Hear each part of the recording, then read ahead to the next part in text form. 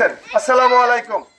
আগামী 12 তারিখ আপনারা আপনাদের বাড়ির পাশেই কেন্দ্র, আপনারা সকালবেলা যে এই ধানের শীষে একটি ভোট দিয়ে আশরাফুদ্দিন নিজাম সাহেবকে জয়যুক্ত করে এই রামগতি, এই বাংলাদেশের একমাত্র রক্ষার মার্কা হচ্ছে ধানের শীষ মার্কা।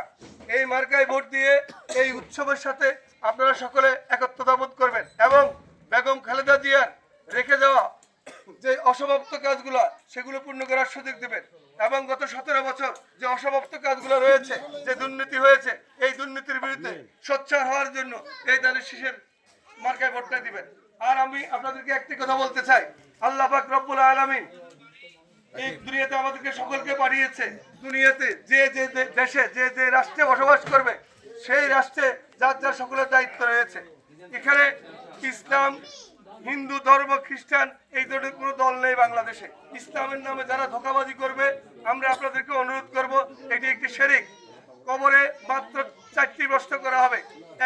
একটি প্রশ্ন করা হবে যে আপনার রবকে, আল্লাহ। দ্বিতীয় প্রশ্ন করা হবে আপনার দিন কি, আপনি বলবেন ইসলাম। তৃতীয় প্রশ্ন আপনাকে বলবে যে আপনার নবীকে, আপনি বলবেন হুজুর পাক সাল্লাল্লাহু আলাইহি সাল্লাম। চতুর্থ প্রশ্ন আপনাকে করবে আপনি কার থেকে এটা জেনেছেন।